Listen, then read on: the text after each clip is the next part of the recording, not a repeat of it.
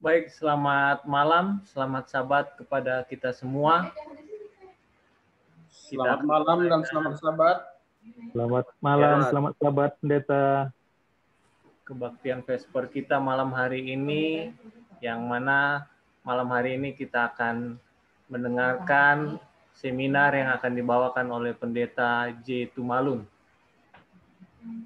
Sebelumnya, bila memungkinkan, membuka video dari perangkat kita masing-masing agar bisa terlihat semua oleh kita bersama-sama dan kita bisa saling mengenal.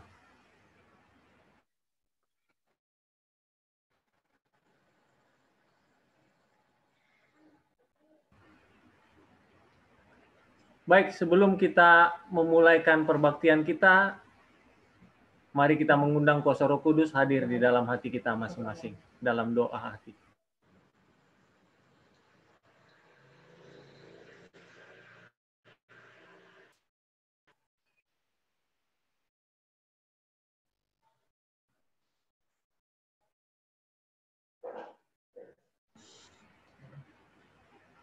Kita akan mendengarkan lagu pujian untuk mengawali perbaktian kita yang akan dibawakan oleh Bapak Sardo Simbolon.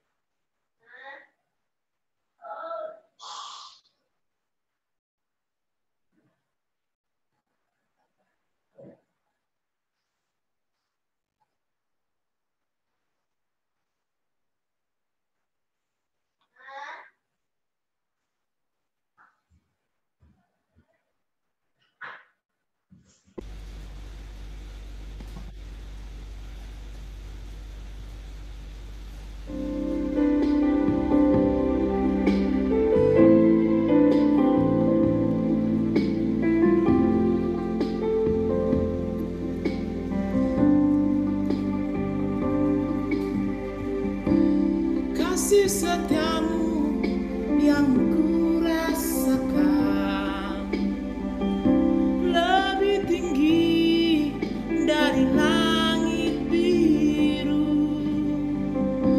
Kebaikanmu yang telah kau nyatakan lebih dalam dari lautan. Berkatmu yang telah ku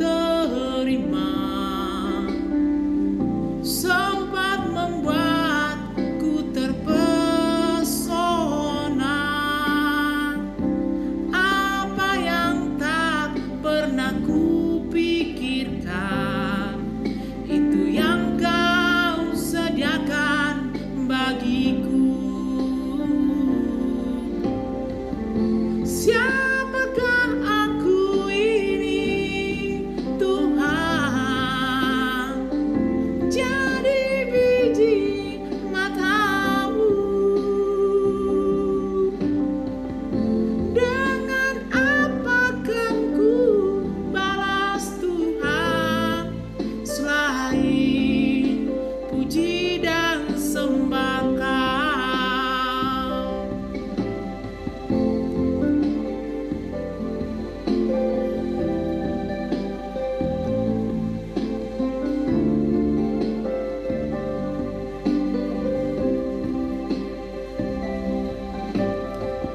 Siapakah aku ini Tuhan,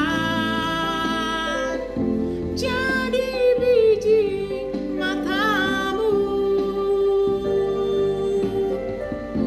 Dengan apakah ku balas Tuhan, selain puji dan sembah Kau,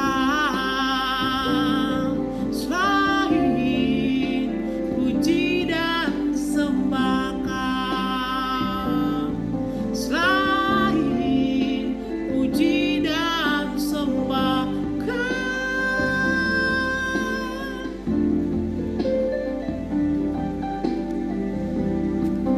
Terima kasih.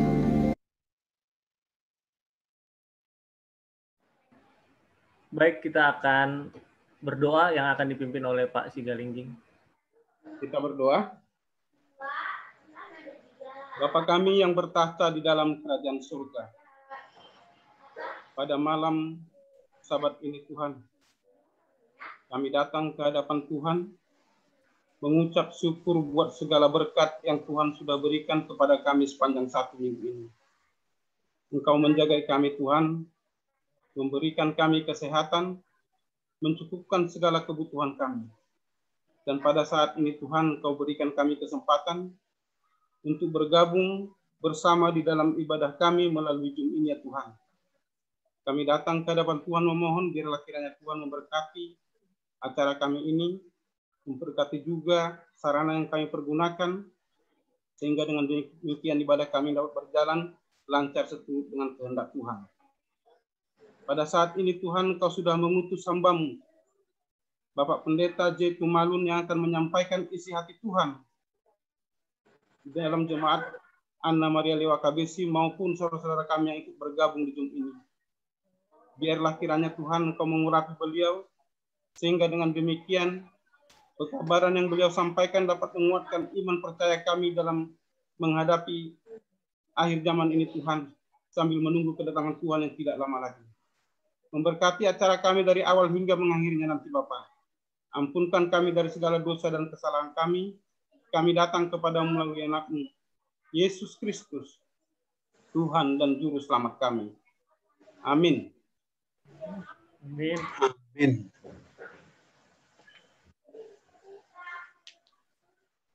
Baik, malam hari ini pembicara kita adalah Bapak Pendeta J. Tumalun.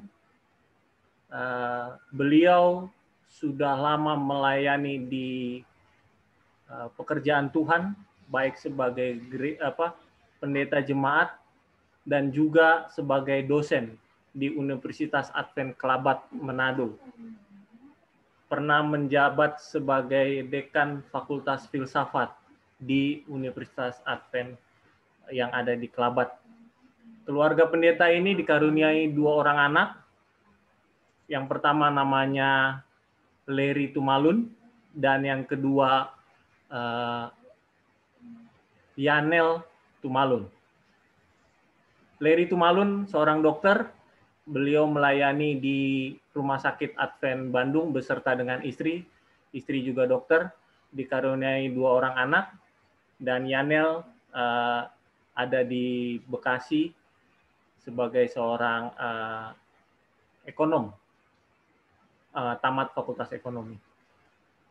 Pendeta sudah tidak asing bagi saya karena sudah sering melakukan pelayanan waktu saya mahasiswa.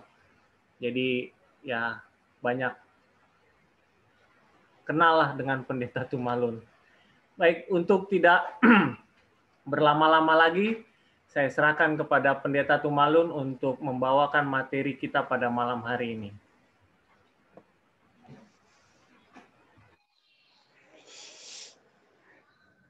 Selamat malam, selamat hari Sabat. Shalom. Selamat Sabat. Malam, Pendeta. Sahabat Pendeta. Apa kabar saudara-saudara? Dengar Pendeta. Baik. Kabar baik, Pendeta. Kabar baik. Baik. Kita sudah lama menunggu Yesus datang, namun belum juga datang-datang ya. Namun persiapan kita yang paling penting, lama atau cepat Yesus datang, itu program Tuhan. Jadi kita yang penting bertumbuh semakin setia, maka kita pasti bertemu dengannya di surga. Bertemu muka dengan muka di surga. Sekarang kita hanya lewat Zoom. Saya melihat wajah-wajah Anda, orang-orang Advent, umat-umat Tuhan. Anda juga tentu melihat saya. Tapi sebenarnya tidak puas karena maunya jabat tangan. Tetapi kita dipisahkan oleh jarak. Saya di Bandung, Anda di Sumatera. Tapi harapan kita di suatu hari kita akan reuni, kita akan bertemu dengan Tuhan kalau Ia menjemput kita pada kedatangannya yang kedua kali. Nah, makanya kita mau mendalami, mencari tahu kehendak Tuhan tentang judul bahasan kita malam ini. Pemeteraian, close of probation, dan semua yang menyangkut nubuatan-nubuatan dalam buku Daniel dan buku Wahyu. Baik, nanti sebentar kalau ada waktu, ruang tanya jawab, maka apa yang saya mungkin tidak jelas sampaikan, nanti ditanya di pertanyaan supaya kita jadi tahu. Tujuan kita adalah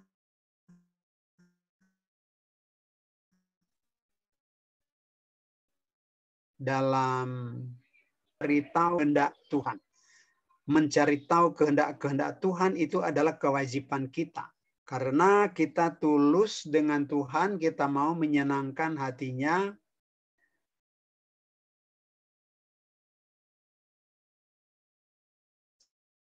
Cara yang akan menyenangkan hati amalkan.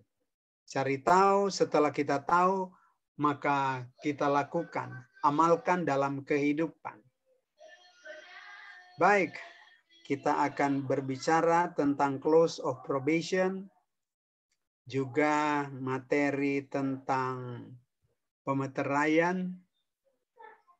Namun, close of probation dengan pemeteraian itu ada hubungan yang sangat erat dari segi doktrin, segi teologi. Nah, jadi mari kita pertama-tama ini, awal ini kita cari tahu apa itu close of probation. Bahasa kita sebagai umat Advent adalah penutupan pintu kasihan. Penutupan pintu kasihan. Pintu kasihan tertutup ya. Dan itu. Nah, saya akan share screen, saya coba ya. Nanti kalau PowerPoint, layar PowerPoint sudah kelihatan, saya mau cek ya, apakah sudah kelihatan atau belum. Oke, saya cek, saya buka share screen. Sekarang apa sudah kelihatan? Sudah, Pendeta. Oke. Oh, terima Kelihatan. kasih banyak. Langsung jadi ya. Oke, terima kasih. Terima kasih juga Tuhan. Jadi kita berdoa terus supaya ini proses yang hanya lewat elektronik tidak ada gangguan. Ya, supaya kita terfokus mencari tahu kehendak Tuhan tentang apa ini close of probation atau penutupan pintu kasihan.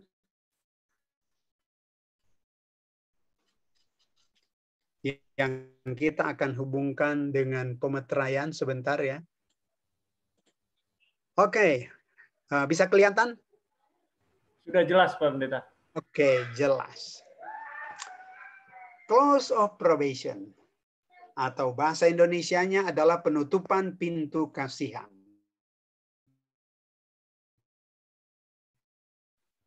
Nah, apa itu? Seperti apa itu dan bagaimana? Kita sudah ringkaskan pada layar pertama ini. Penutupan pintu kasihan atau pintu rahmat, pintu yang sudah tertutup. Kesempatan menyesali dosa, mengakui dan memohon keampunan dari Tuhan sudah berakhir. Dan sama sekali tidak ada lagi. Itulah arti umum dari close of probation. Jadi kehidupan kita sekarang ini adalah probation. Probation. Sejak kita lahir baru sampai hari ini, itu kehidupan kita itu adalah percobaan. Percobaan. Percobaan untuk apa ya? Pembiasaan.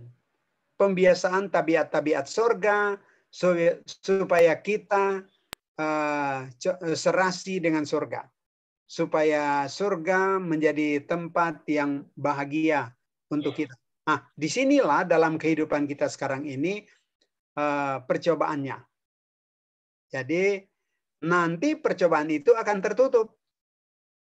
Saya baca lagi ya. Close of probation adalah kesempatan menyesali dosa, mengakui dan memohon keampunan dari Tuhan sudah berakhir dan sama sekali tidak ada lagi, kemudian tidak ada gunanya lagi.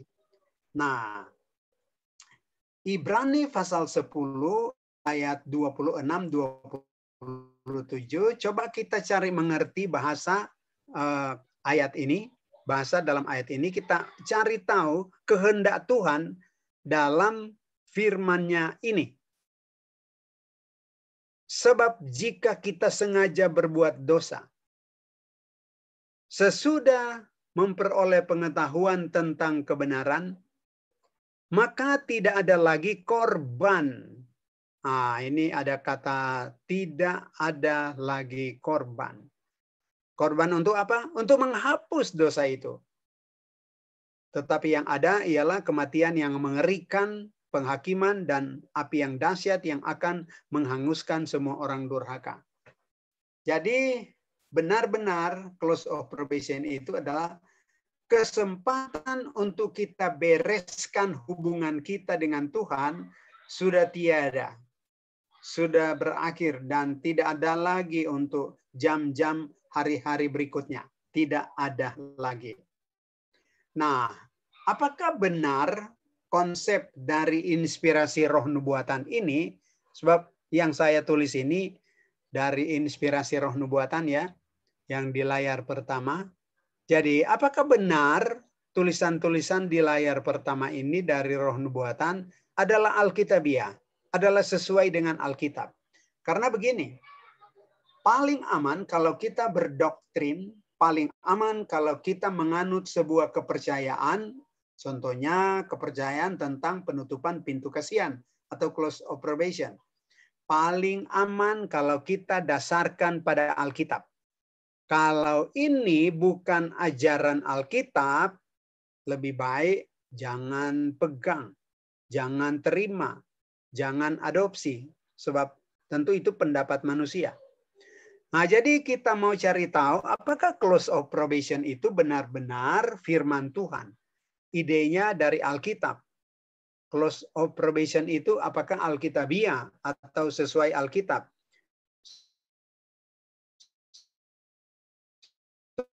Sebab kalau kita memegang hanya spekulasi manusia, Matius 15 ayat 9, Yesus berkata, sia-sia mereka menyembah aku. Amsal 16 ayat 25, ada jalan yang manusia sangka benar, tapi ujungnya maut. Bukan seperti yang diharapkan ujungnya, maut. Karena hanya pendapat manusia atau spekulasi manusia. Kita perhatikan, memegang sebuah doktrin yang kita mau amalkan dalam kita beragama dari hari ke hari, pastikan bahwa itu semua ada dalam Alkitab.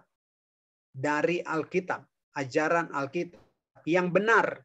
Sebab bisa saja mungkin dari Alkitab, tapi tafsirannya salah.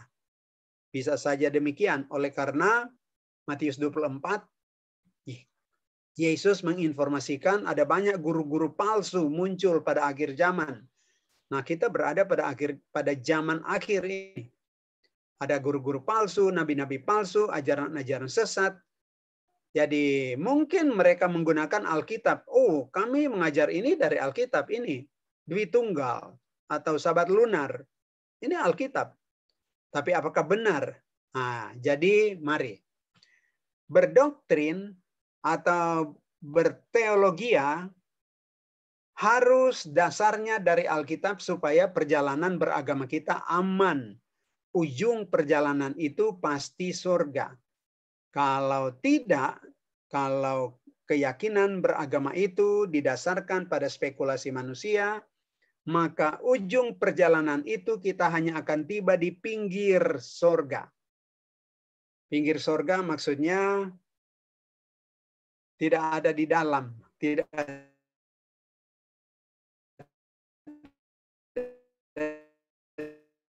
di dalam surga. Nah, akan dibinasakan dengan api neraka, ya kan? Pada waktu Yesus datang ketiga kali. Oke, mari kita lihat tentang penutupan pintu kasihan atau kesempatan untuk menyesali dosa, mengakui dosa, memohon keampunan, dan bertekad untuk setia sampai akhir. Yang sudah berakhir itu close of probation. Mari kita lihat. Ini. Yesaya 55 ayat 6. Demikianlah firman Tuhan. Ini firman Tuhan. Coba kita cari mengerti apa maksud Tuhan pada ayat ini. Carilah Tuhan selama ia berkenan ditemui. Berserulah kepadanya selama ia dekat. Apa yang tersirat dalam ayat pendek ini? Tersirat dalam ayat pendek ini bahwa ada waktu kita mau cari Tuhan, tidak bisa lagi. Nah, sudah close of probation gitu ya. Sudah ditutup kesempatan. Terus berseru, berdoa kepadanya, ya tidak bisa lagi dijangkau oleh doa kita karena ia tidak lagi dekat. Nah, jadi apa? Cari Tuhan selama ia berkenan ditemui. Berseru kepadanya selama ia dekat. Selama ia dekat, masih dekat. Nah, lebih jauh Amos 8 ayat 11-12. Ini adalah nubuatan tentang zaman akhir. Sesungguhnya, demikianlah firman Tuhan. Waktu atau masa akan datang. Aku akan mengirimkan kelaparan ke negeri ini. Bukan lapar akan makanan, haus akan air, melainkan lapar dan haus untuk mendengarkan firman Tuhan. Manusia yang lapar dan haus untuk mendengarkan firman Tuhan itu berikutnya akan mencari firman Tuhan itu, mengembara dari laut ke laut, menjelajah dari utara ke timur untuk mencari firman Tuhan. Apa hasilnya? Nihil, kosong, tetapi tidak mendapatnya.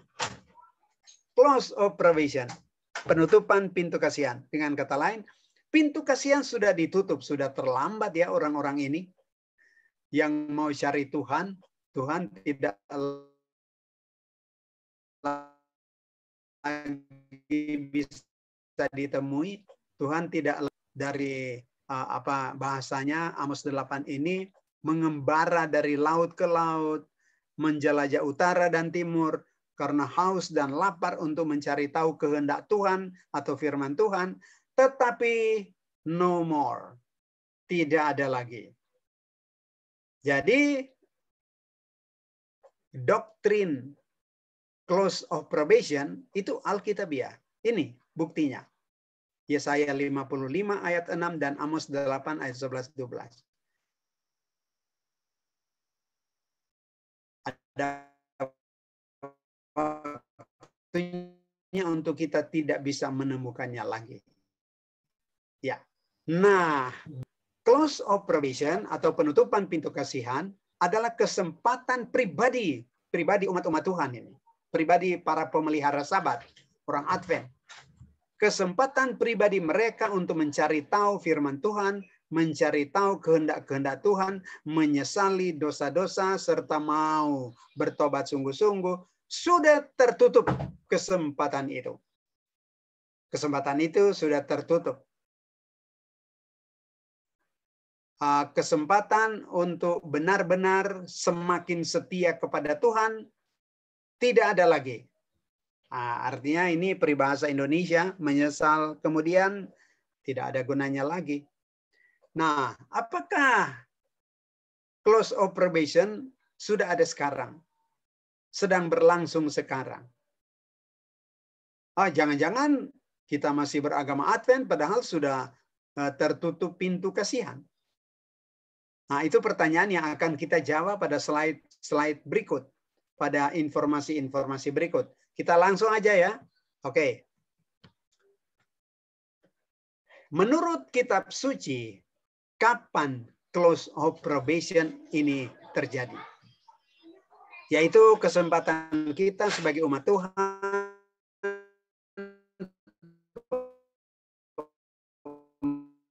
melihat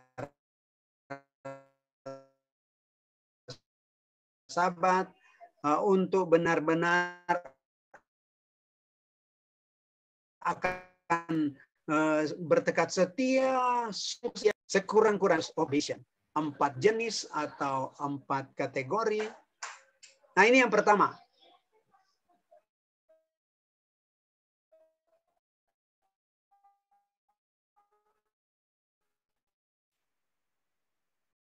Close of probation terjadi satu instan dijelaskan ini konsep ini saat kematian fisik kita itu fakta, itu kenyataan yang terjadi di sekeliling kita dan kepada kita juga itu akan tiba gilirannya.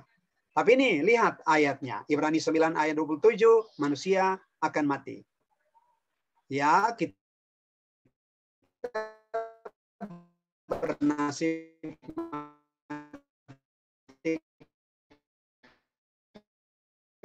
latar belakangnya kita tahu, kita berlima bahwa kalau kita wafat, kalau kita mati, kita tidak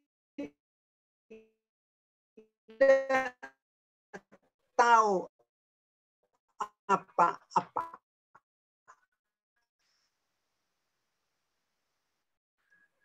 Kita tidak ada lagi. Kita sudah tidak tahu apa-apa. Kita sudah wafat. Nah, jadi antisipasi ini. Nah, menurut ucapan Raja Daud, pada waktu dia dikejar-kejar, dia waktu itu belum raja.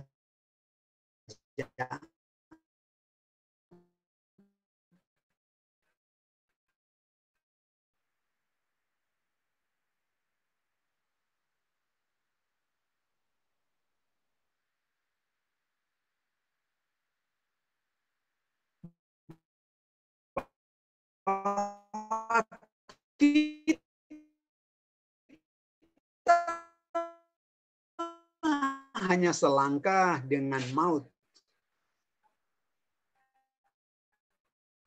Nah, jadi ini sebenarnya kalau itu terjadi kita siap membenahi diri kita untuk cocok dengan surga, cocok dengan Tuhan.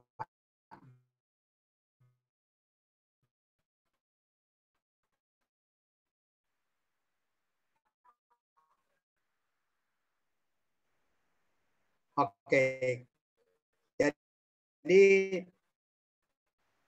kematian fisik ini Alkitabiah yang ini masih ke jenis kita perhatikan insi Tuhan kepada kita dalam Adventist Home 16. Coba cari mengerti apa ya maksud Tuhan di sini. Anda, termasuk saya ini ya, tidak dapat berkat dan Anda atau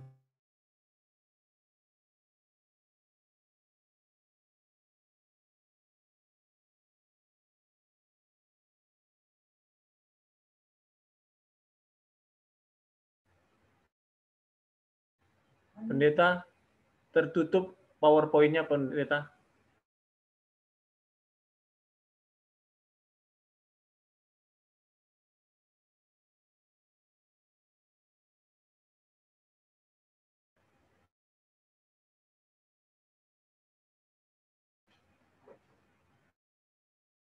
Suaranya tertutup, Pak Pendeta. Bisa di-unmute.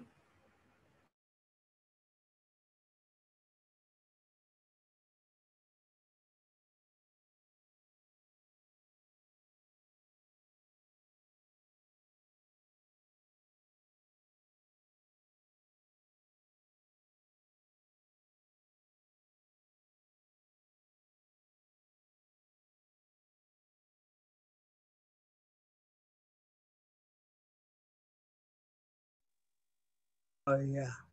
Halo. Sudah ya? Sudah jadi nih. Ya, sudah kedengaran, Pendeta. Oke, kita share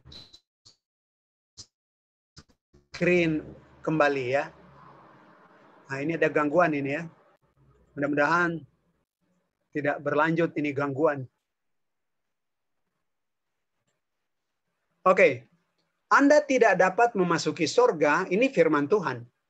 Anda tidak dapat memasuki sorga dengan adanya cacat atau ketidaksempurnaan tabiat, dan Anda harus dijadikan cocok untuk sorga sekarang, di dalam kehidupan sekarang, kehidupan percobaan ini. Nah, ini ada kata percobaan ya, dalam Bible Echo 1 Februari 1892, inspirasi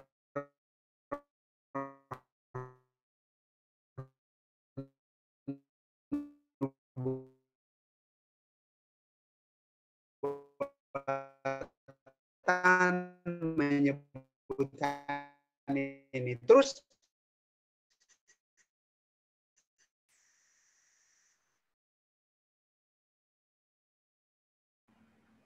ke-16 Adventis tabiat surga itu sepertinya tidak gampang-gampang dimasuki ya. Oke, kita ke kutipan berikut. Ini Testimonies Jilid 5 466. Kematian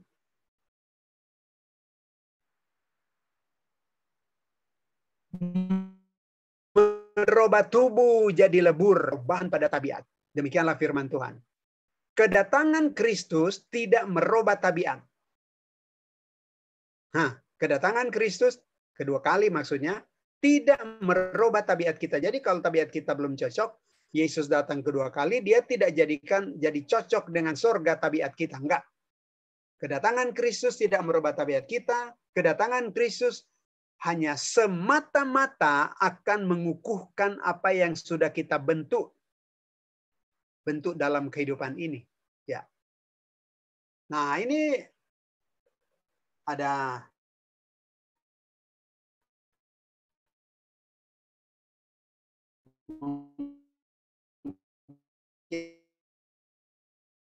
agak salah pengertian, tentu Yesus akan mengubahkan kita, merubah kita.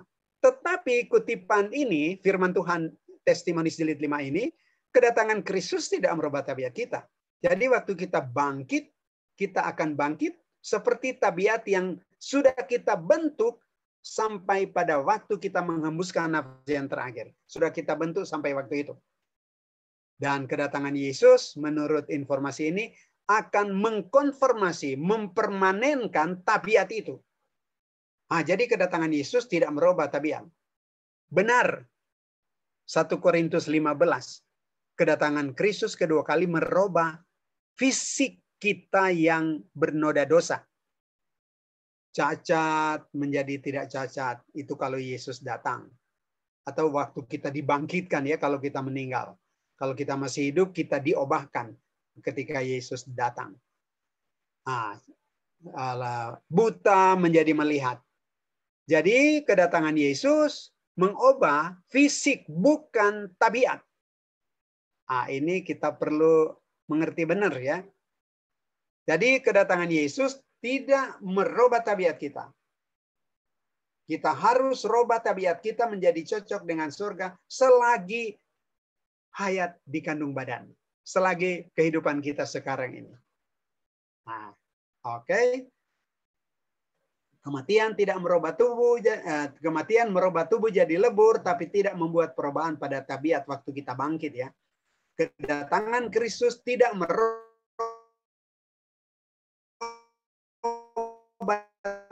tabiat kita. Oke, jadi yang mungkin dulu begitu, saya salah mengerti karena di khotbahkan oleh pendeta senior, jadi terbelah dalam itu, walaupun saya belum sangat setia kepada Tuhan, nantilah kalau Yesus datang dirubah saya menjadi setia. Rupanya tidak begitu. Kedatangan Yesus tidak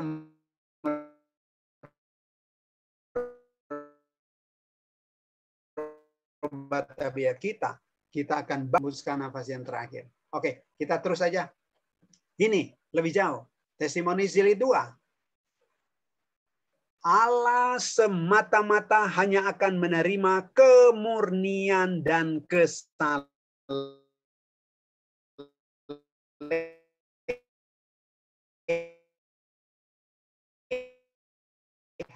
Kalau dia datang kedua, menerima satu noda, satu dosa kesayangan, satu cacat dan tabiat yang kita tidak berusaha tinggalkan, akan memisahkan kita dari surga untuk selama-lamanya.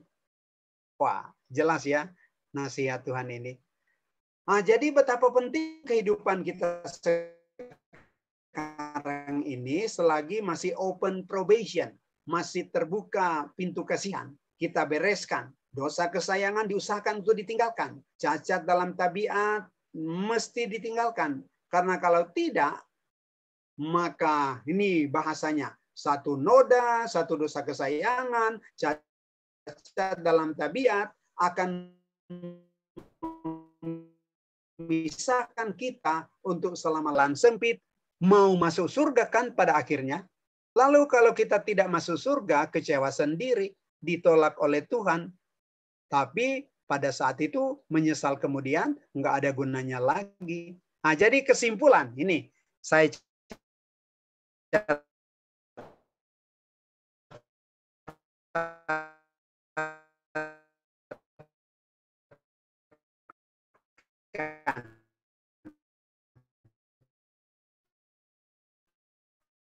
carilah Tuhan selama kita terlepas. Oke, jenis penutupan pintu kasihan yang pertama sudah kita pelajari, yaitu kematian fisik ya. Yang berikut, yang kedua. Ini yang kedua. Close of probation jenis kedua. Dalam arti bahwa kalau ini terjadi, maka kita sudah tidak mungkin bertobat lagi. Kita tidak mungkin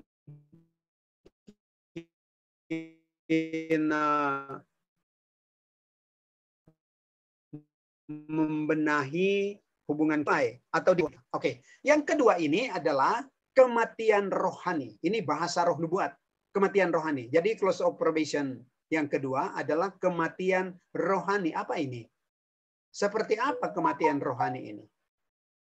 Garis besarnya adalah pemelihara sabat itu termasuk saya. Jadi saya mesti periksa diri. Apakah saya seperti ini? Masih hidup tapi sudah mati rohani. Saya masih hidup tapi sudah mayat rohani.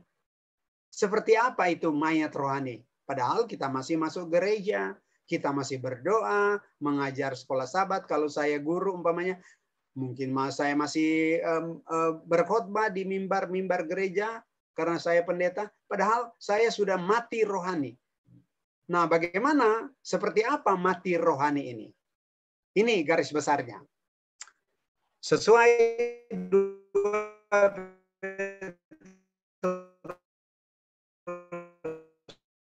2 ayat 2 Ibrani.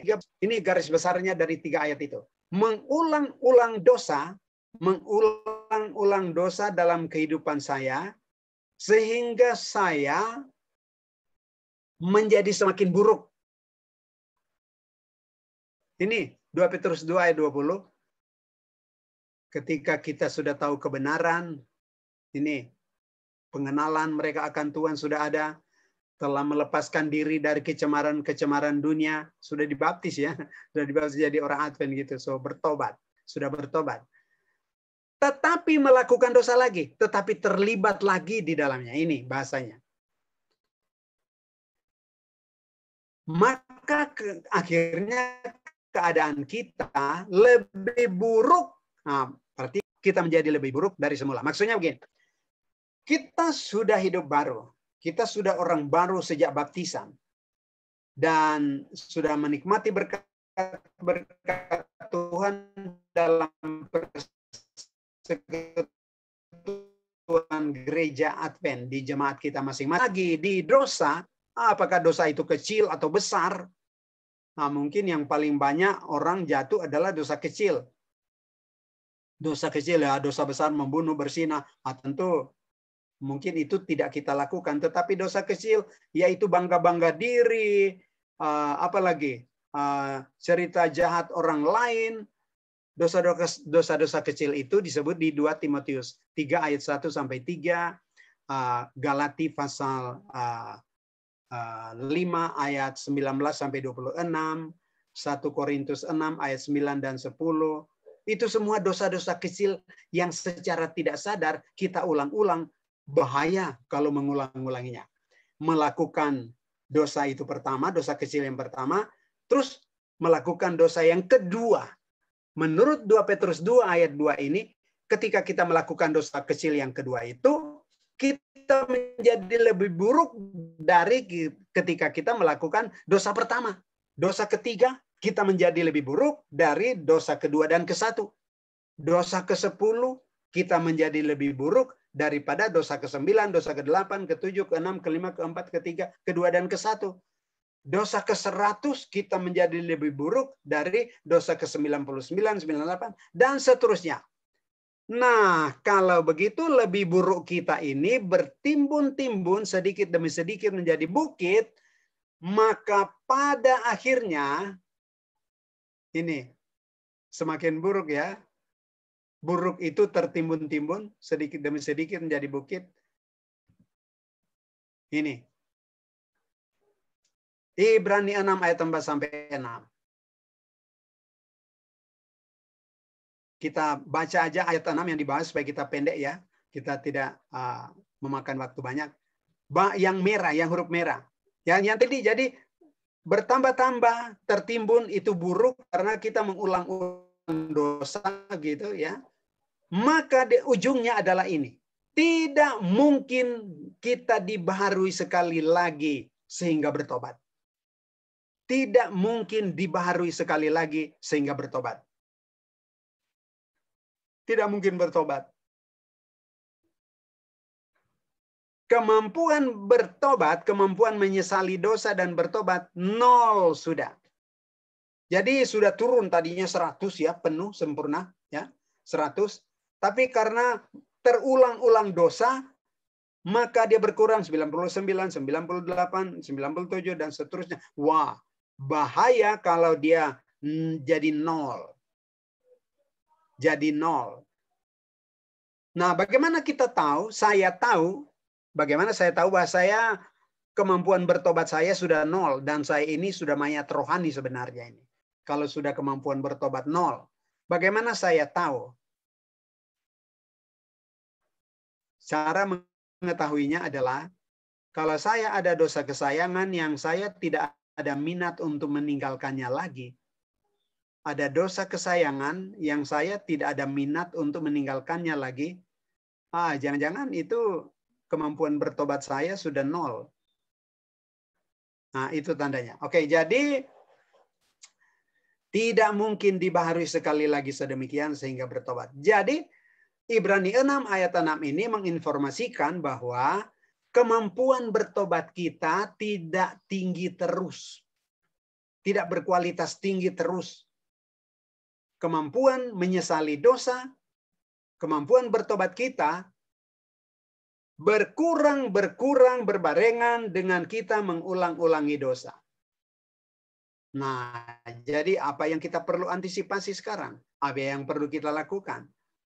Mari mohon kekuatan dari Yesus, dan itu gratis kita dapat dari Dia, untuk kita mampu meninggalkan dosa kesayangan, mampu menghentikan dosa kesayangan dalam kehidupan kita. Sebab jebakan atau jerat atau perangkap mayat rohani bisa terjadi pada saya, pada kita masing-masing, ketika kita mengulang-ulangi dosa. Walaupun setiap kali kita mengulangi dosa, kita sadar dan kita mengatakan kepada Tuhan, Tuhan ampuni saya sudah kembali mendukakan hati Tuhan. Maka Tuhan genapi janjinya dalam 1 Yohanes 1 ayat 9. Kalau kamu mengaku segala dosamu, Allah setia adil, Dia mengampuni, Dia menyucikan, Dia genapi. Tetapi dampak negatif dari mengulang-ulangi dosa, walaupun setiap kali kita mengulangi dosa, kita minta ampun, dan Tuhan baca hati kita jujur minta ampun, Dia ampuni. Tetapi dampak negatifnya adalah membuat kemampuan bertobat kita berkurang.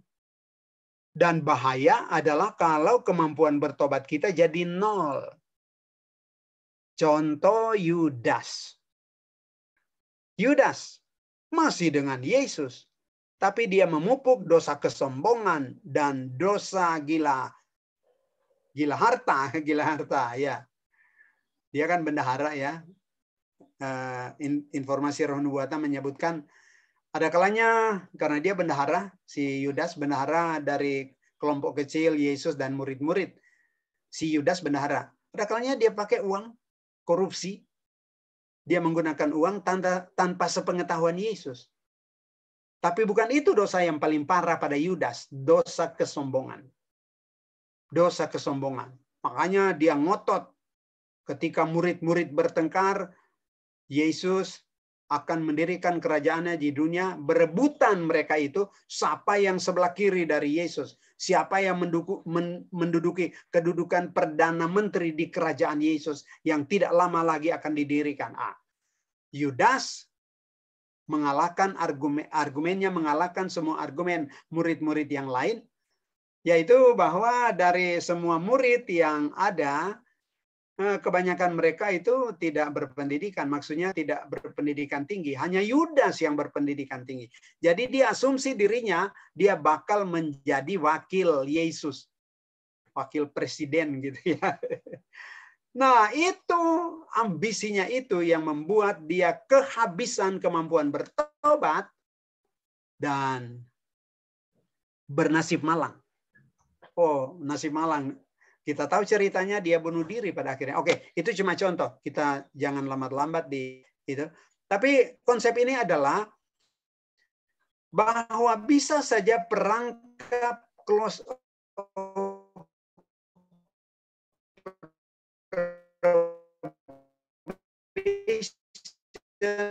menjadi mayat rohani terjadi pada saya, terjadi pada kita semua. Ayat 4. Tapi nanti kita singgung sebentar ayat itu. Oke, Anda lihat ini keterangan Roh Nubuat tentang kemampuan bertobat berkurang dan jadi 0 nih. Setiap selama 2 setiap atau status ini kita adalah sangat tergoda untuk kita.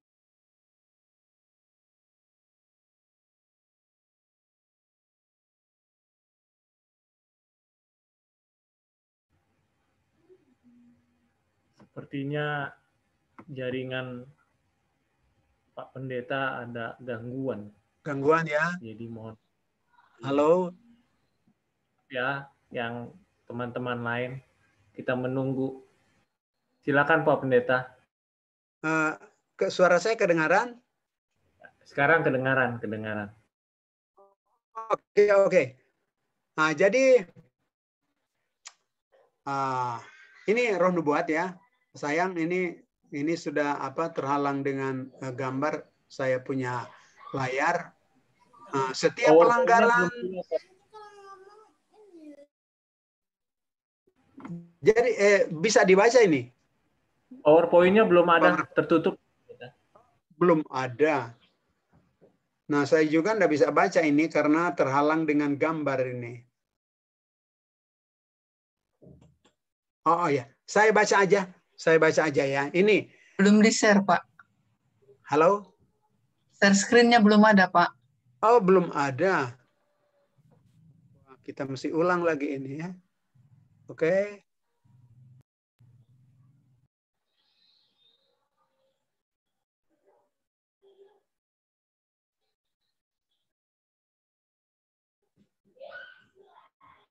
Wah, gangguan ini.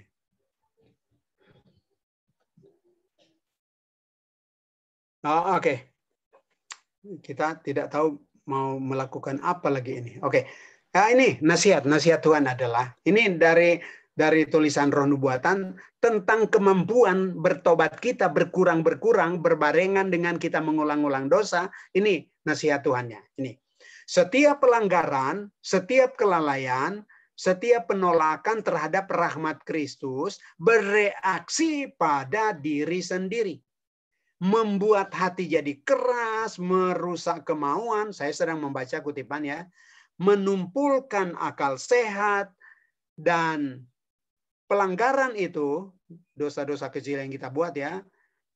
Bukan saja membuat kita semakin tidak suka menyerah kepada bisikan Roh Suci. Tetapi semakin berkurang kemampuan menyerah pada himbauan lembut Roh Suci. Ini dia. Semakin kurang kemampuan. Semakin kurang. Ujung-ujungnya jadi nol kemampuan menyerah kita. Kemampuan menyesali dosa kita. Kemampuan bertobat kita. Jadi bahaya ya. Mengulang-ulangi dosa walaupun setiap kali kita mengulangi dosa dan kita sadar kita mohon keampunan dan diampuni, tapi dampak negatifnya jalan terus rupanya, yaitu kemampuan bertobat kita berkurang. Nah, Ibrani pasal 3 ayat 13 sama, menginformasikan konsep yang sama. Oke, baik, kita sudah tiba pada yang kedua, close of probation jenis kedua. Mayat rohani. Jadi jangan terjebak dengan jerat mematikan ini kehidupan rohani kita supaya kita berhasil masuk surga. Supaya kita siap surga. Di sini komputer saya sudah hang. Jadi ya oke, kita bicara kita lisan aja. Mungkin tidak ada lagi ini. Tidak lagi PowerPoint. Oke. Saya berusaha sejelas mungkin dan pendek-pendek bahasanya supaya jelas. Baik. Jadi yang kedua ini adalah mayat rohani. Jadi saya mesti periksa diri sendiri. Apakah saya ini sudah mayat rohani? Kalau sudah mayat rohani, so close of probation bagi saya hidup saya ini. Saya tidak ada kesempatan lagi bertobat ini. Yaitu cara mengenalnya adalah kalau ada dosa kesayangan yang kita buat dan kita tidak ada usaha, tidak ada kemauan dan usaha untuk meninggalkannya. Oh, bahaya itu. Itu bisa-bisa kita sedang menjurus ke perangkap mayat rohani. Masih hidup tapi sudah mayat rohani. Seperti Yudas atau seperti pendeta Ken Wright, pendeta kita zaman Ellen G. White ya. Sayang kita tidak ada waktu menceritakannya. Oke, yang ketiga, close of probation jenis yang ketiga. Barangkali ini, yang ketiga ini agak ribet untuk mengerti. Dan seperti nanti mungkin akan membuat kita bertanya-tanya. Penutupan pintu kasihan yang ketiga, jenis ketiga, adalah penutupan pintu kasihan khusus bagi saya dan saudara-saudara. Yaitu pemelihara Sabat. Yaitu orang Advent. Ada itu. Ada. Dalam Roh Nubuatan disebutkan tentang penutupan pintu kasihan khusus untuk orang Advent. Ya. Nah, kita tahu ada satu lagi, yang keempat, yaitu penutupan pintu kasihan untuk seluruh masyarakat dunia. Ya, itu dalam bagian eskatologi yang kita pelajari. Tapi yang ketiga ini yang saya sedang jelaskan adalah penutupan pintu kasihan yang terjadi khusus pada orang Advent. Oke, ini lebih baik saya bacakan kutipannya, nggak bisa dimunculkan lagi di layar ya. Nggak bisa lagi di layar kita lihat kutipan ini. Saya baca aja ya dari HP saya.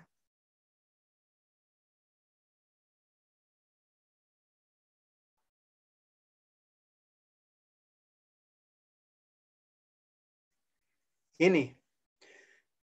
Saya baca perlahan cari mengerti isi atau kehendak Tuhan atau substansi dari kutipan roh nubuat ini. Ini.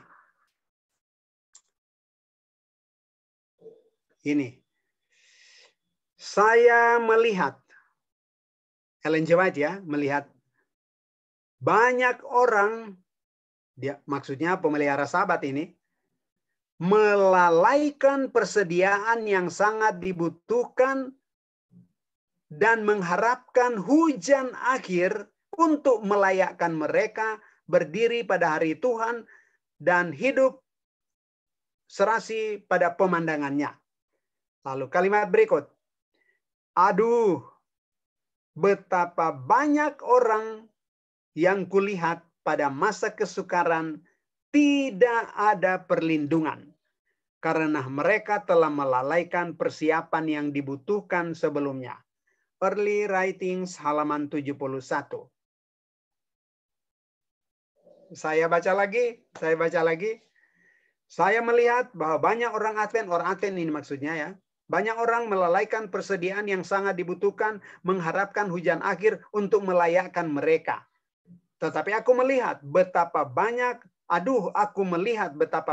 orang yang kulihat pada masa kesukaran tidak dibela oleh Tuhan. Maksudnya tanpa perlindungan. Karena mereka telah melalaikan persiapan sebelumnya.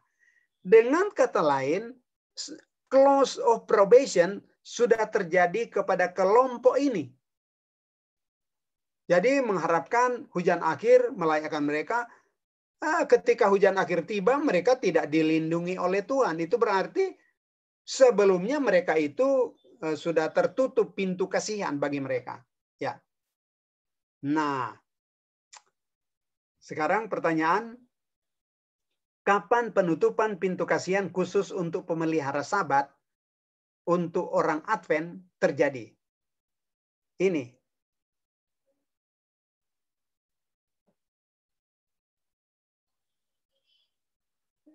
Kutipannya sebagai berikut ya, saya baca.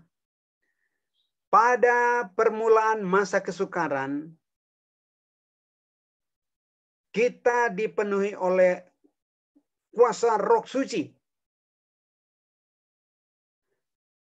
Jadi apa? Pengertian di sini apa? Hujan akhir atau dipenuhi oleh Roh Suci terjadi pada permulaan masa kesukaran. Sesuai kutipan ini. Ini dari Early Writings halaman 85. Pada permulaan masa kesukaran kita dipenuhi oleh Roh Suci. Nah, di kutipan di atas yang saya baca terdahulu tadi, orang Advent mau bersiap diri pada waktu kecurahan Roh Suci sudah terlambat. Nah, kapan kecurahan Roh Suci terjadi? Pada permulaan masa kesukaran. Nah, jadi kesimpulan adalah bahwa kita umat Advent hanya ada kesempatan bersiap diri, meninggalkan dosa-dosa kesayangan, sekarang sampai pada momen-momen sebelum hujan akhir. Karena kalau sudah hujan akhir mulai, lalu kalau kita mau bersiap diri nanti pada saat mulainya hujan akhir itu, sudah terlambat katanya. Roh Nubuat mengatakan, tadi bahasanya, aduh, betapa banyak pada masa kesukaran tidak dibela oleh Tuhan. Tidak dilindungi oleh Tuhan. Jadi, Close of probation bagi orang Advent itu terjadi pada awal hujan akhir. Dan awal hujan akhir itu terjadi bersamaan dengan masa kesukaran. Masa kesukaran. Ya, itu kutipan yang tadi yang kita baca. Ini, kutipannya berbunyi adalah pada permulaan masa kesukaran kita akan penuh dengan kuasa Roh Suci hujan akhir. Oh, berarti masa kesukaran, mulainya masa kesukaran dan mulainya hujan akhir bersamaan. Ya, terjadi bersamaan. Dan poin di sini yang saya mau tekankan, kalau kita mau bersiap pada permulaan hujan akhir itu sudah terlambat. Nah, jadi PPK bagi orang Advent adalah pada saat mulainya hujan akhir. Ya, pada saat mulainya hujan akhir. Nah, kemudian close of probation jenis yang keempat yang semua kita sudah tahu, yaitu bagi masyarakat dunia. Bagi masyarakat dunia. Nah, disebutkan dalam informasi eskatologi atau nubuatan yang kita pelajari ya, yang gereja Advent yakini adalah pada waktu Yesus meninggalkan bilik yang maha suci di surga. Nah, ini ada dasarnya dari roh nubuatan semuanya ya.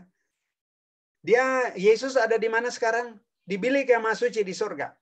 Sekarang dia masih di situ.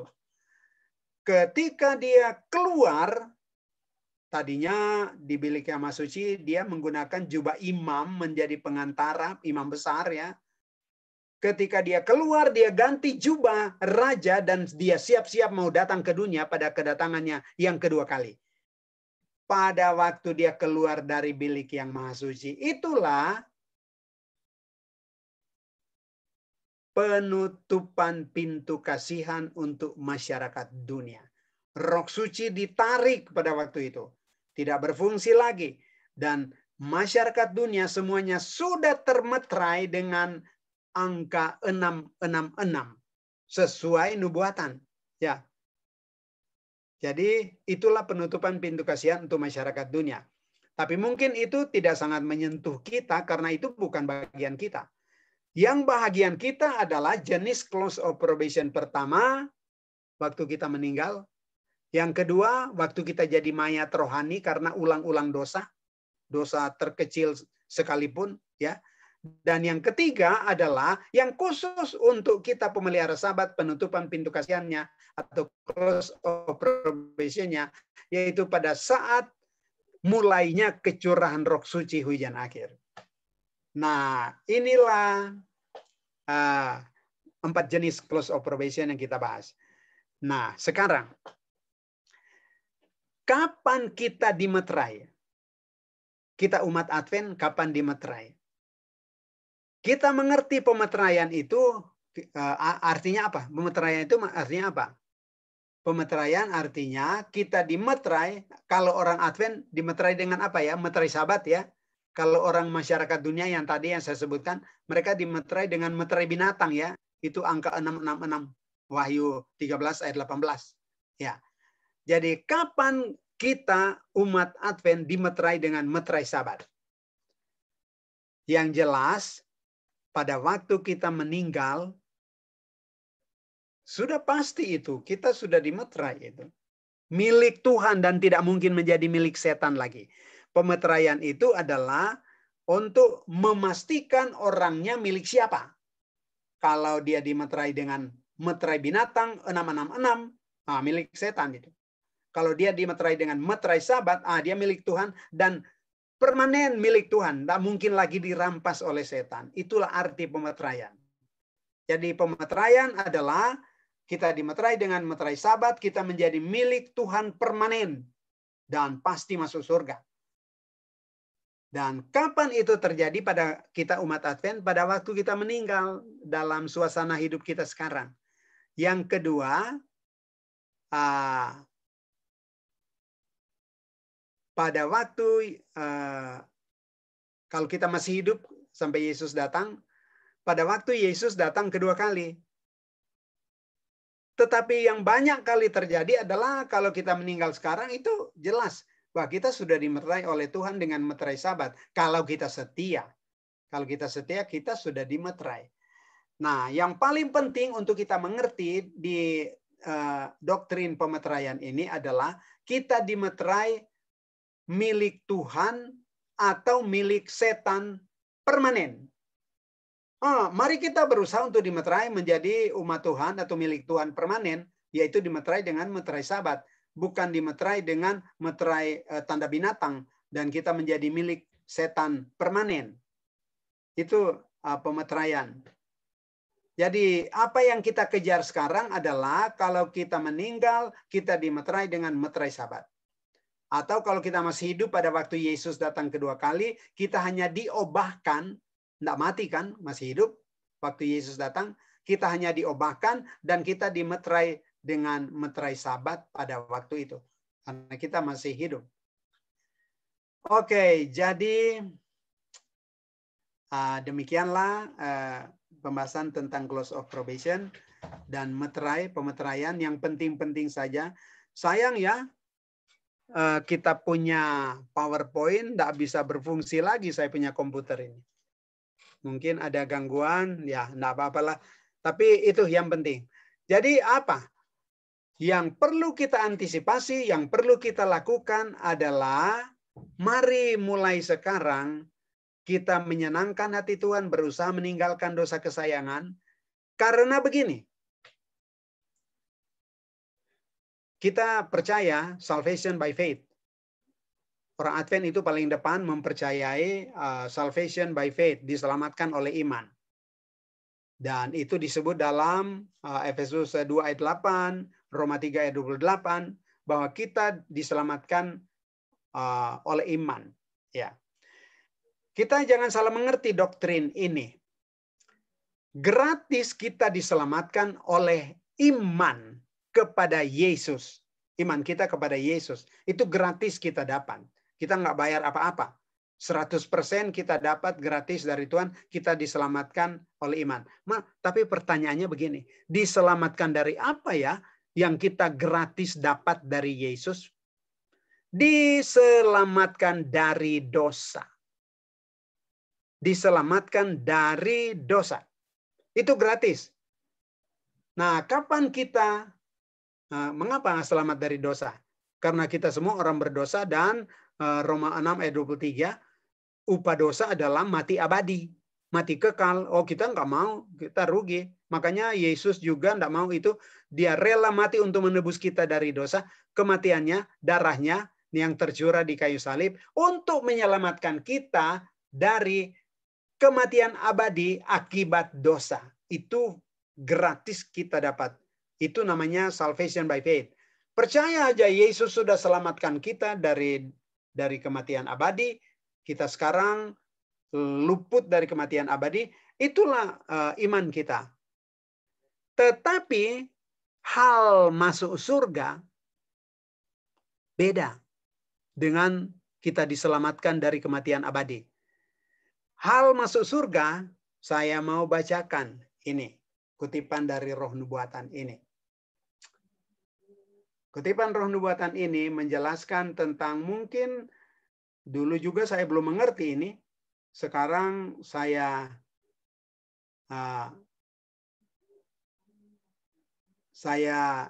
sudah lebih mengerti lah katakan. Ini coba Anda analisa kutipan ini. Ini tentang masuk surga ya. Tentang masuk surga. Bukan lagi tentang luput dari kematian kekal akibat dosa. Oke, ini tentang masuk surga. Ini. Dari Kemenangan Akhir halaman 542 bahasa Inggris, buku bahasa Inggris. Dapatkah mereka yang hatinya penuh kebencian kepada kebenaran bergabung dengan masyarakat surga? Dapatkah mereka tahan di hadapan kemuliaan Allah di surga? Tidak, tidak. Karena kesucian, kekudusan, damai surga menyiksa mereka. Akan menyiksa mereka. Kemuliaan Allah akan menjadi api yang menghanguskan bagi mereka. Jadi mereka akan menyambut kebinasaan agar mereka tersembunyi dari wajah Tuhan yang sebenarnya telah mati untuk menebus mereka. Jadi mereka akan terbuang dari sorga karena tidak betah di sana. Terbuangnya mereka dari sorga adalah kerelaan mereka sendiri oleh karena mereka siksa di sorga. Kerelaan mereka sendiri masuk neraka dan ini adalah adil di pihak Tuhan. Oke, masih ada kutipan berikut tapi konsepnya saya ringkaskan aja. Rupanya kalau kita tidak membiasakan tabiat sorgawi selama kita masih hidup di dunia ini, selagi masih open probation, ketika kita masuk surga, surga itu bukan menjadi tempat bahagia, tetapi justru menyiksa. Ya, malah Roh Nubuat menggunakan istilah purgatori. Katanya surga menjadi purgatori bagi kita pemelihara sabat yang tidak membiasakan diri dengan tabiat surga selagi hayat di kandung badan di dunia ini, kita dimasukkan di surga, surga jadi purgatori. Ini kutipannya. Sayang saya belum terjemahkan ini. Ini. Those who know the truth, yet do not exalt the author of the truth, will never enter the city of God. Heaven would be purgatory to them because they know nothing of the high holy principle that govern the members of the royal family above. Jadi kutipan ini diambil dari Upward Look halaman 197 paragraf 2 dan 3. Bahwa mereka yang tahu kebenaran, tahu kehendak Tuhan di Alkitab, maksudnya jangan sombong, jangan gila hormat, harus rendah hati, yang besar-besar adalah jangan membunuh, jangan berzina, dan seterusnya. Mereka yang tahu kebenaran, tetapi mereka tidak meninggikan si sumber dari kebenaran itu. Dengan kata lain, mereka tidak mengamalkan kebenaran itu. Will never enter the city of God. Tidak akan pernah masuk kerajaan Allah. Mengapa? Karena ini, heaven would be purgatory to them.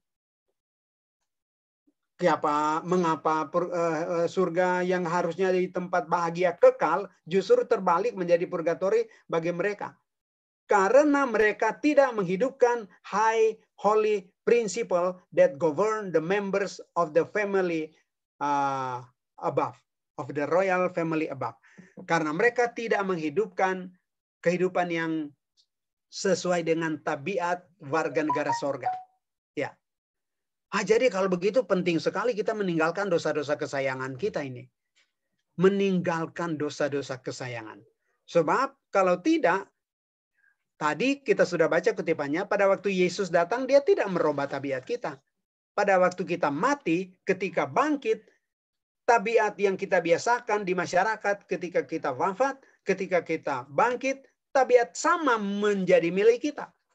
Dan kalau kita dimasukkan di sorga, tabiat tidak cocok dengan sorga, bahasa lain dari Roh Nubuat mengatakan kita akan menjadi melodi yang tidak serasi dengan sorga.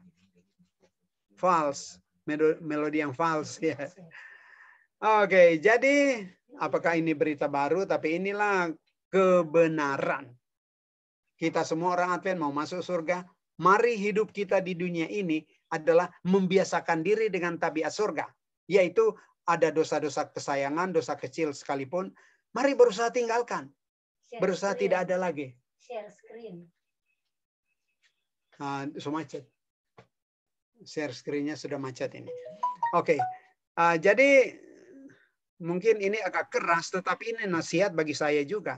Saya harus menyiapkan diri sekarang. Kalau enggak, kita gagal masuk surga, padahal kita sudah sejak dulu dibaptis jadi anggota gereja Advent. Jalan sempit, enggak boleh kerja hari Sabat, enggak boleh makan babi, enggak boleh ramai-ramai duniawi. Jalan sempit kan gereja kita. Lalu pada akhirnya kita tidak masuk surga, ya pada akhirnya kita rugi sendiri. Nah, Ini yang perlu kita perhatikan. Jadi selagi open probation, selagi pintu kasihan masih terbuka, mari kita siapkan diri. Bagaimana cara menyiapkan diri? Kita mau baca ayat itu. Yang terakhir ini. Cara menyiapkan diri supaya kita benar-benar di sorga betah. Nyaman. Sorga menjadi tempat bahagia, bukan purgatori bagi kita kalau kita tiba di sana. Supaya kita nyaman, 1 Tesalonika 1 ayat 4. Ini 1 Tesalonika 1 ayat 4. Itu resepnya.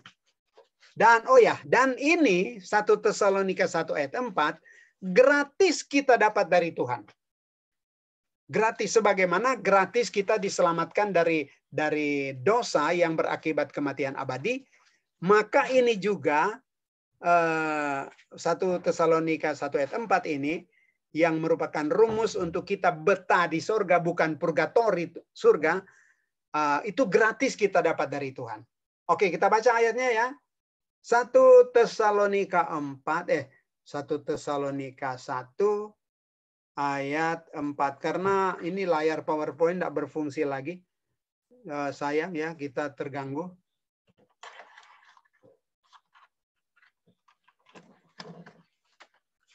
Ini.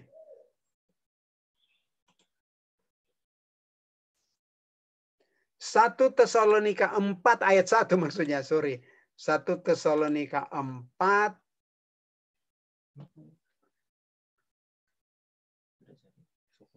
Oke. Apakah layar PowerPoint sudah kelihatan di komputer Anda masing-masing? Iya, kelihatan. Oke. Nah, kita baca aja ya.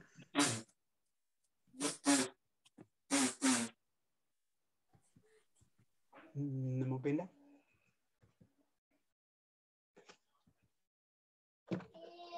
Oke, sebentar.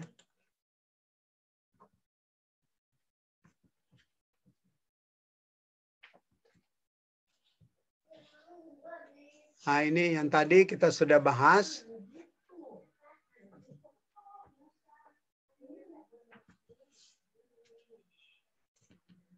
Nah, ini apa namanya ini? Bagan nubuatan.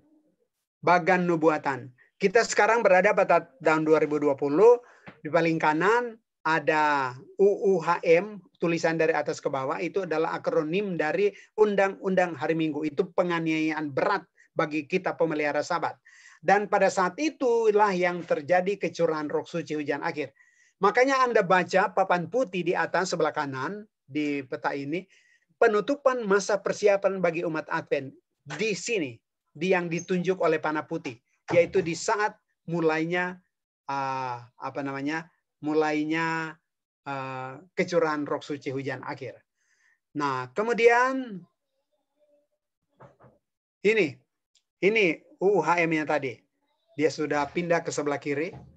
Dari UUHM kita akan melewati ini masa nubuatan sampai pada tiang paling kanan PPK, penutupan pintu kasihan untuk masyarakat dunia. Itu terjadi di sini. Ini PPK yang paling kanan ya, tiang tegak lurus. PPK, penutupan pintu kasihan untuk masyarakat dunia. Nah, itu jenis keempat yang kita pelajari tadi ya. Dan sesudah PPK masih ada sebenarnya. Tapi pembahasan kita malam ini bukan peta eskatologi, bukan nubuatan eskatologi. Tetapi pembahasan kita hanya close of probation dan pemeteraian. Nah, jadi kita batasi di situ saja. Kalau toh masih ada waktu, nanti kita bahas khusus mengenai peta ini.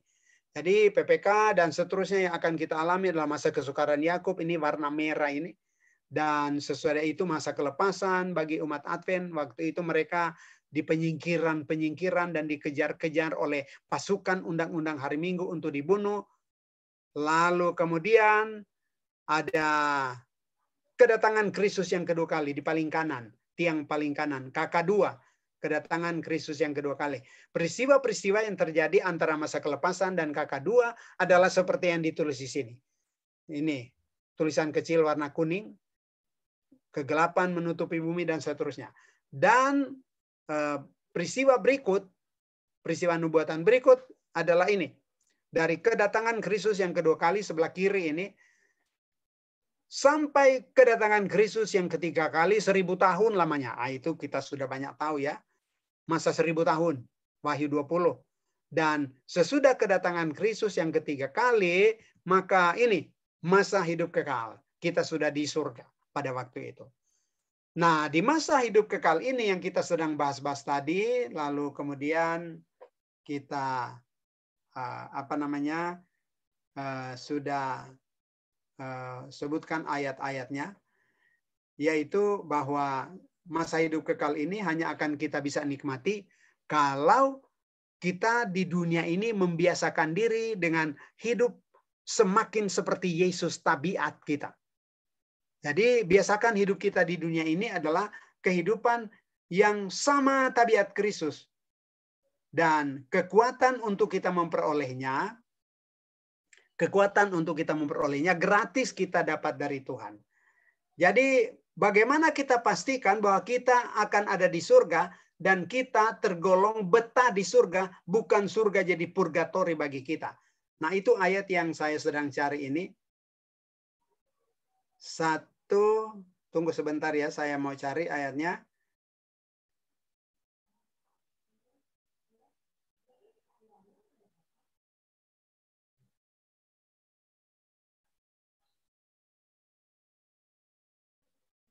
Nah, 1 Tesalonika 4 ayat 1.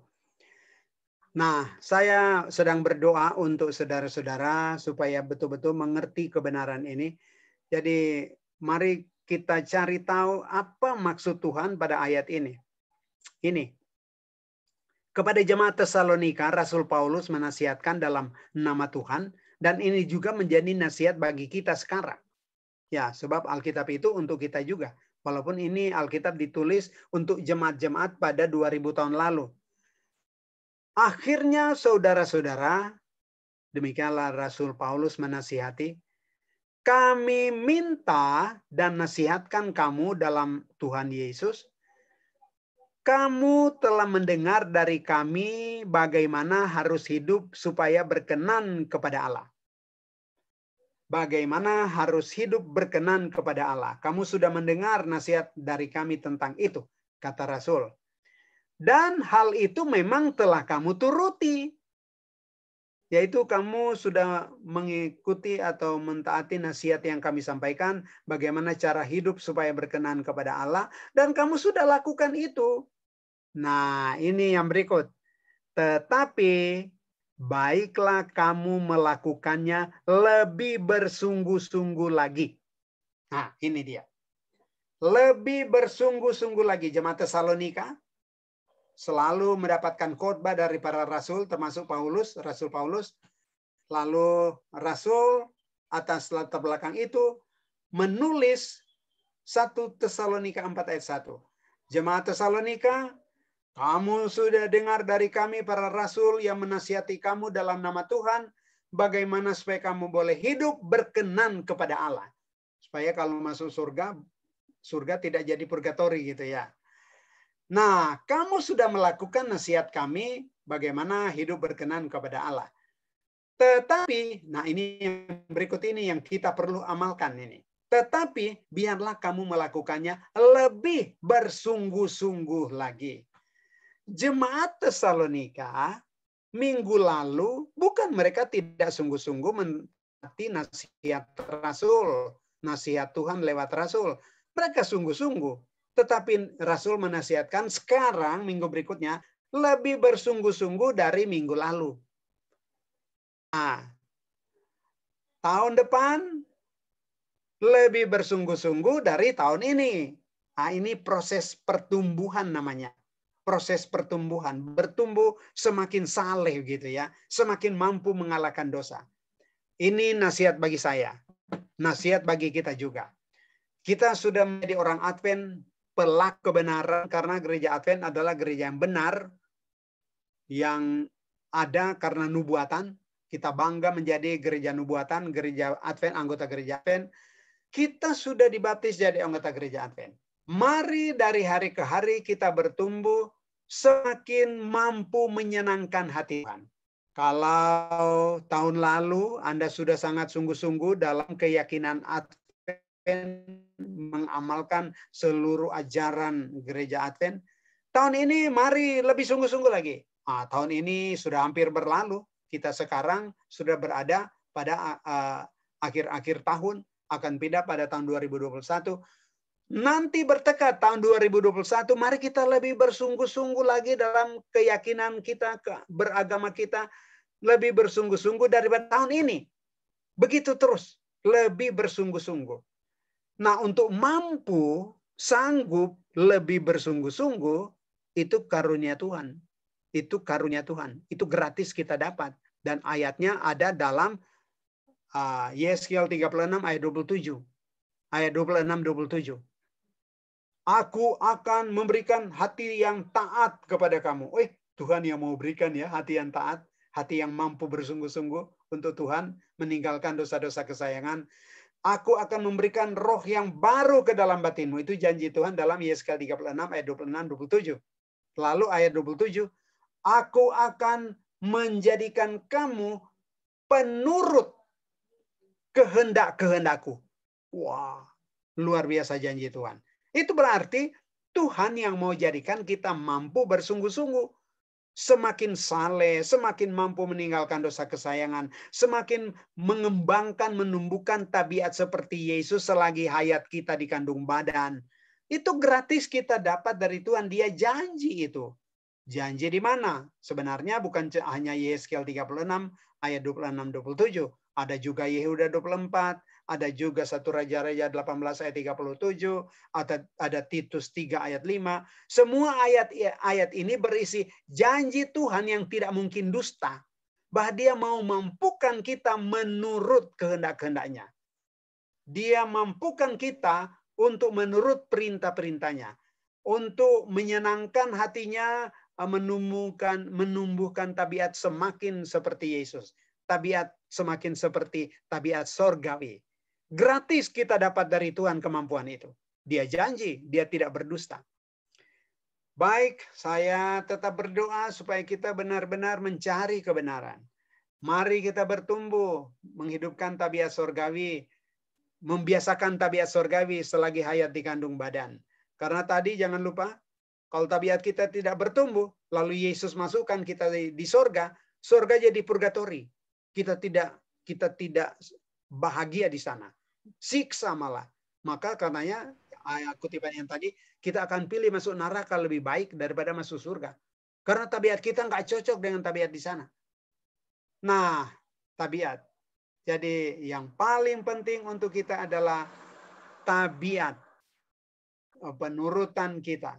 Kita mesti pelihara itu baik-baik supaya beragama Advent kita ini benar-benar berhasil.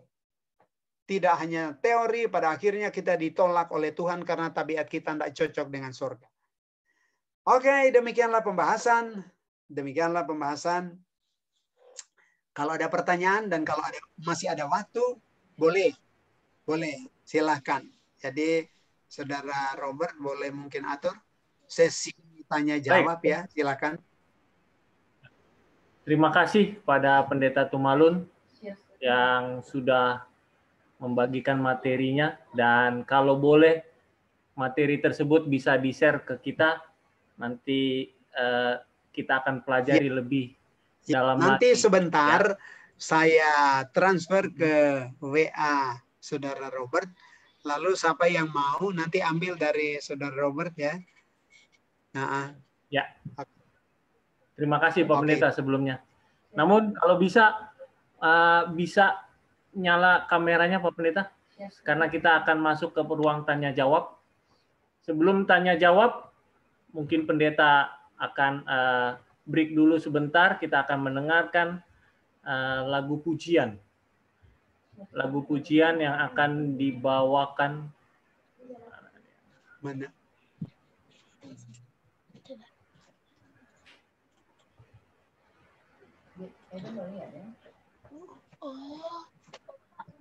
Ini sepertinya ada gangguan sebentar ya.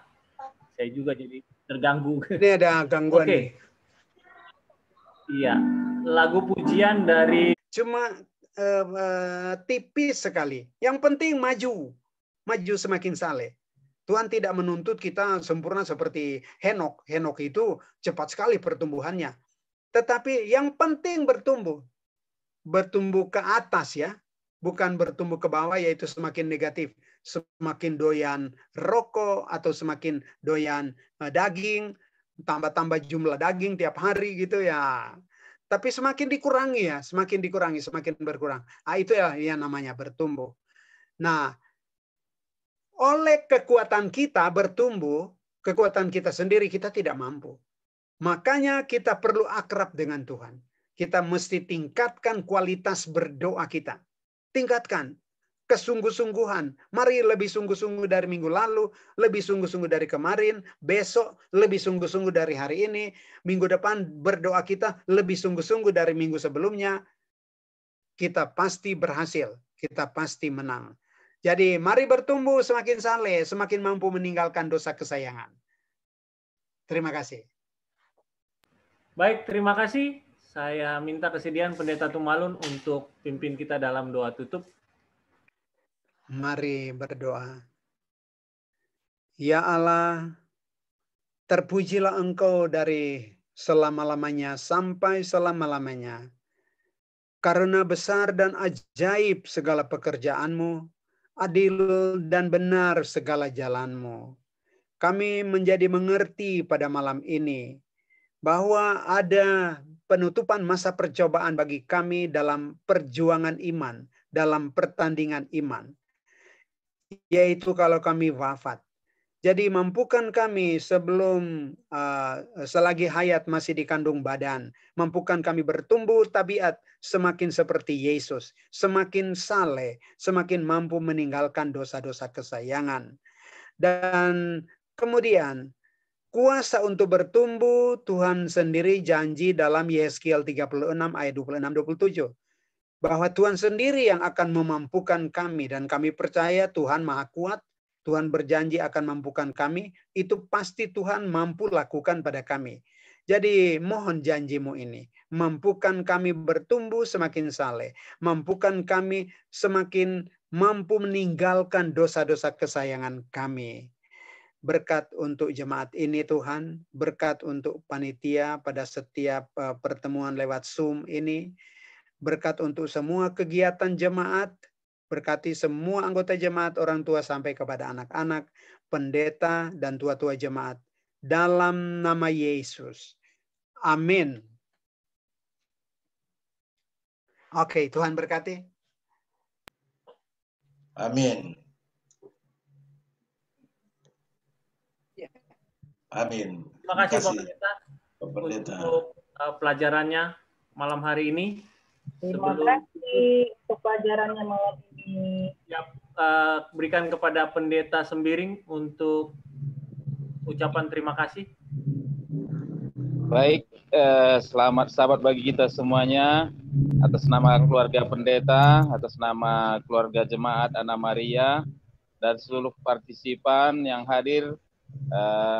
Terima kasih banyak kepada Pendeta Tumalun, Bapak Pendeta J. Tumalun. Terima kasih atas materinya, atas firman yang indah, yang begitu jelas, walaupun mohon maaf ya ada sinyal yang nggak bagus, tetapi pesannya sampai dan sangat jelas dan sangat menguatkan dan memberkati kita semuanya. Sekali lagi terima kasih Pak Pendeta, Tuhan memberkati keluarga, Tuhan memberkati pelayanan, Tuhan memberkati semua yang dikasihi oleh hamba Tuhan Pendeta J. Tumalun. Dan terima kasih juga kepada semua kita yang boleh hadir, seluruh partisipan. Sampai jumpa di ibadah kita berikutnya di Zoom yang sama. Nanti kami share linknya. Mungkin sahabat depan kita lagi kosong. Terima kasih. Saya kembalikan kepada panitia. Amin. Terima kasih.